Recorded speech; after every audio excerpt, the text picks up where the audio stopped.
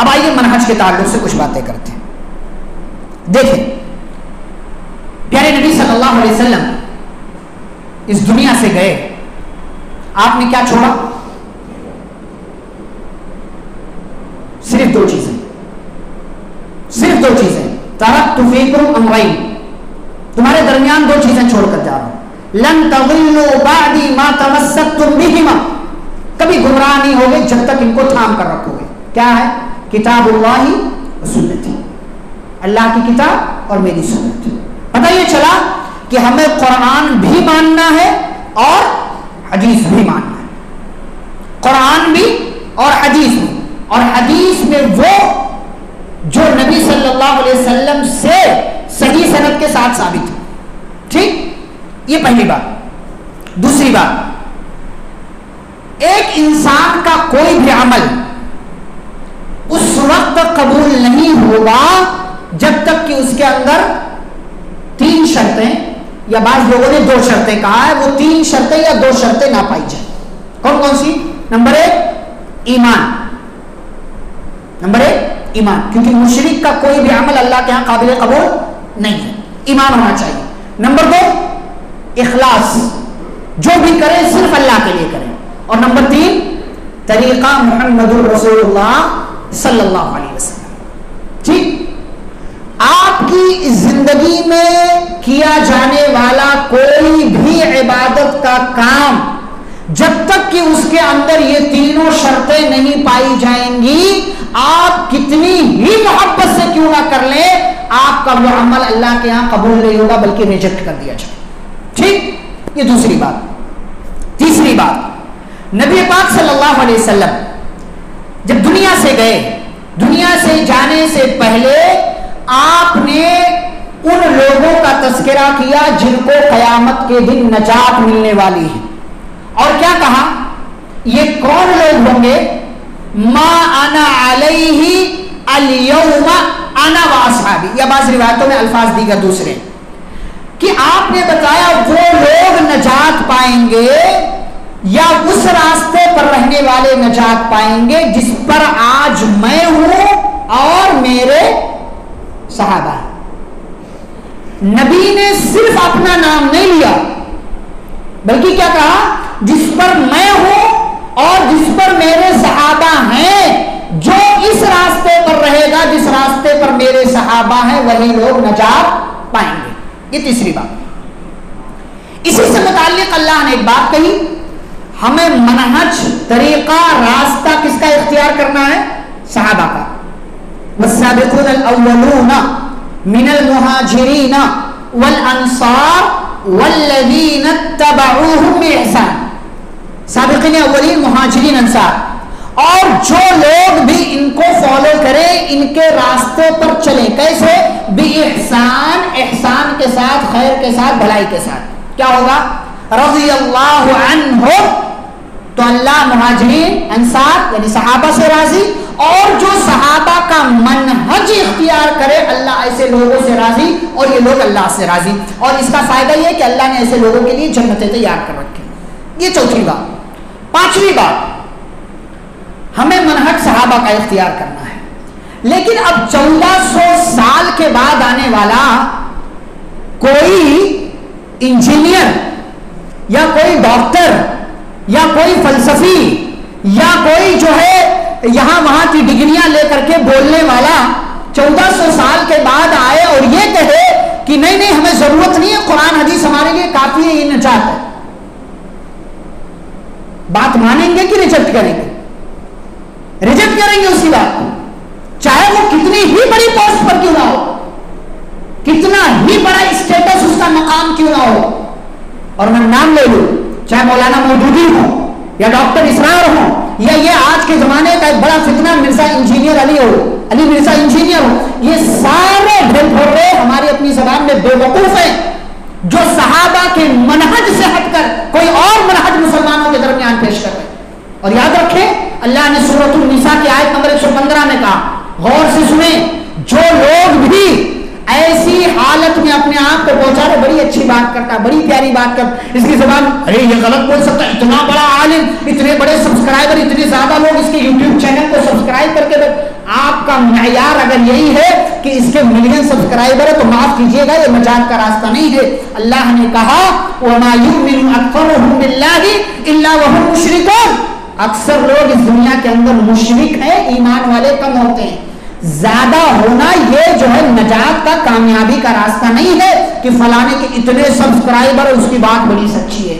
اللہ کیا کہتے ہیں آیت نمبر 115 سورۃ النساء کی، وَمَن يُشَاقِقِ الرَّسُولَ مِن بَعْدِ مَا تَبَيَّنَ لَهُ الْهُدَى، جو رسول کی مخالفت کرے ہدایت کے واضح ہو جانے کے بعد، وَيَتَّبِعْ، اور اس راستے کو فالو کرے، غیر سبیل المؤمنین، جو مومنوں کا راستہ نہیں ہے۔ قرآن نازل ہو رہا تھا، مومن کون لوگ تھے؟ مومن کون تھے؟ صحابہ تھے۔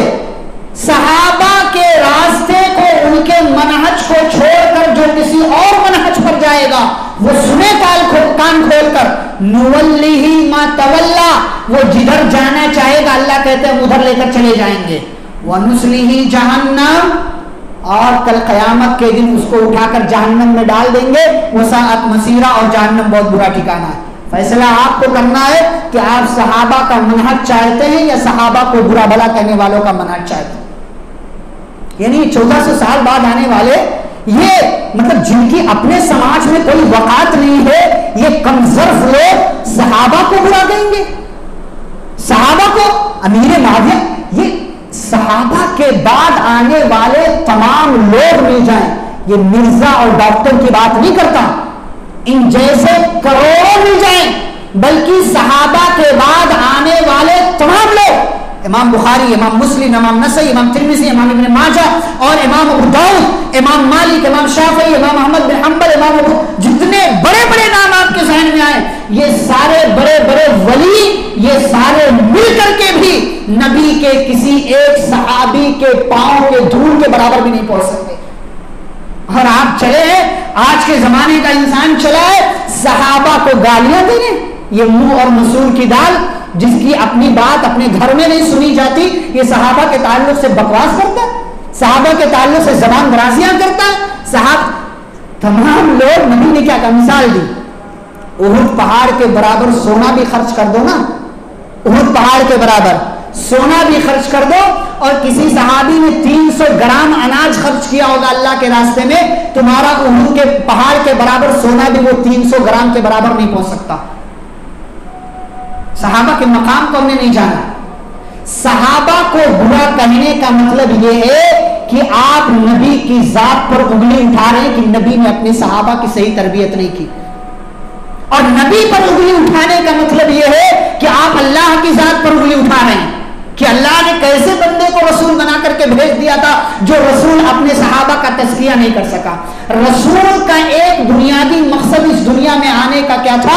يُعَلِّمُهُمُ الْكِتَابَ وَالْحِكْمَةَ وَيُزَكِّيهِمْ، لوگوں کا تزکیہ کرنا، ان کو گناہوں سے پاک صاف کرنا ایک مقصد تھا۔ اگر صحابہ پر آپ انگلی اٹھائیں گے گویا کہ آپ نبی کی تربیت پر انگلی اٹھا رہے ہیں، اور جو نبی کی تربیت پر انگلی اٹھا لے وہ اپنا انجام خود سوچ لے کہ ایسے بندے کا کیا انجام ہونے والا ہے، ایسے بندے کا انجام کیا ہوگا، یہ اپنا فیصلہ خود کر لے۔ نبی کی تربیت، صحابہ کی تربیت نبی نے کی، صحابہ کو سکھایا نبی نے، صحابہ کو پڑھایا نبی نے، صحابہ کو راستہ دکھایا نبی نے، قدم قدم پر نبی پاک صلی اللہ علیہ وسلم نے صحابہ کو سکھایا، بتایا، تربیت کی، سب کچھ کیا۔ اور آج 1400 سال بعد آنے والا، 1300 سال بعد آنے والا کوئی بندہ یہ کہے کہ فلاں صحابی ایسے تھے، فلاں صحابی ایسے تھے، فلاں صحابی ایسے تھے، اور ہمارے بعض بے وقوف اور نادان لوگ ایسے لوگوں کے پیچھے بھی چلے جاتے کہ اس کے اتنے اتنے سبسکرائبر ہیں۔ اپنی عقل پر ماتم کریں، اپنی ذات پر ماتم کریں، کسی بے وقوف کی وجہ سے آپ صحابہ کو برا کہیں گے، آپ صحابہ کو برا کہیں گے، اپنے ایمان کی حفاظت کریں۔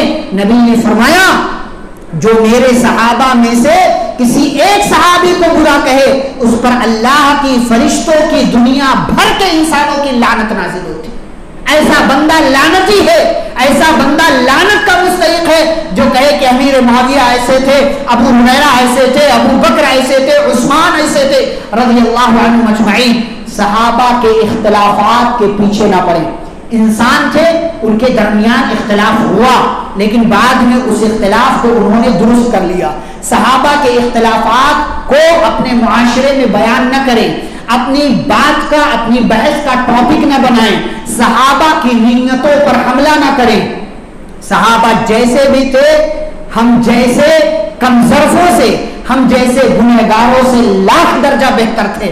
ہم چاہے ہوا میں چلے جائیں، آسمان میں چلے جائیں، پہاڑوں پر ہمارا ٹھکانہ بن جائے، ایک نمبر کے متقی بن جائیں، کچھ بھی ہم بن جائیں، لیکن ہم صحابی نہیں بن سکتے، ہم صحابی نہیں بن سکتے۔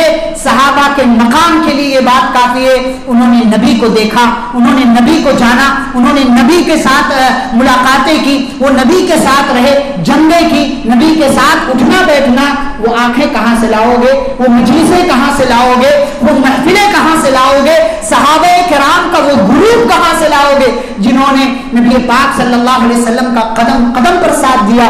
صحابہ کے حوالے سے زبان درازی کریں گے، اپنی آخرت کو تباہ کریں گے۔ نبی نے کہا صحابہ سے محبت کرنا یہ دین ہے، صحابہ سے محبت کرنا ایمان ہے، صحابہ سے محبت کرنا احسان ہے، اور جو صحابہ میں سے کسی سے نفرت کرے، بغض رکھے، تو ایسا بندہ گویا کہ کافروں کے راستے پر جا رہا۔ وَبُغْضُهُ كُفْرٌ وَنِفَاقٌ وَفُسُوقٌ، صحابہ سے بغض کرنا، صحابہ سے نفرت کرنا یہ کفر ہے، یہ فسق ہے، یہ گناہ ہے، اور یہ نفاق کی علامت ہے۔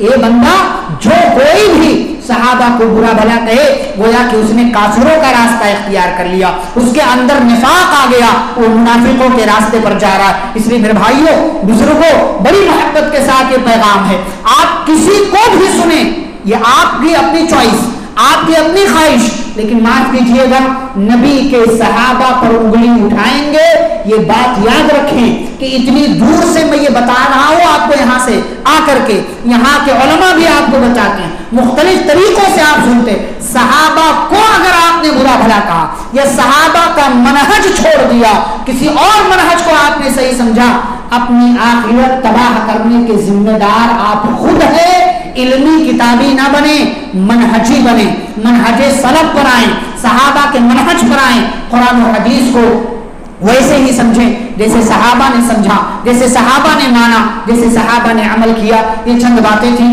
جو اللہ پر توکل کے حوالے سے اور منہج کے حوالے سے میں نے آپ کے سامنے رکھی۔ اللہ رب العزت سے دعا ہے اللہ ہم سبھی کو اپنی ذات پر مکمل توکل، اعتماد اور بھروسہ کرنے کی اللہ ہر صورتحال میں توفیق عطا فرما۔ مولا کریم ہمیں اپنا ایمان، اپنا عقیدہ مضبوط کرنے کی توفیق عطا فرما۔ الہ ہماری توحید کی، ہمارے ایمان کی، ہمارے عقیدے کی حفاظت فرما۔ رب العالمین ہم سبھی کو ایمان کے جو بھی ارکان ہیں، ایمان کی جتنی بھی باتیں ہیں، ان تمام باتوں کو اپنانے اور انہیں اپنی زندگی میں داخل کرنے کی توفیق عطا فرما۔ اللہ ہمیں نبی سے محبت کرنے کی، نبی کے صحابہ سے محبت کرنے کی اور ان کے منہج کو اپنانے کی توفیق عطا فرما۔ اللہ جب تک دنیا میں زندہ رکھے، اسلام اور ایمان پر زندہ رکھے، خاتمہ ہو تو خاتمہ بالخیر ہو۔ وصلی اللہ تعالی علی نبینا محمد وعلی آلہ وصحبہ اجمعین برحمتک یا ارحم الراحمین۔ ربنا تقبل منا انک انت السمیع العلیم۔ والسلام علیکم ورحمۃ اللہ وبرکاتہ۔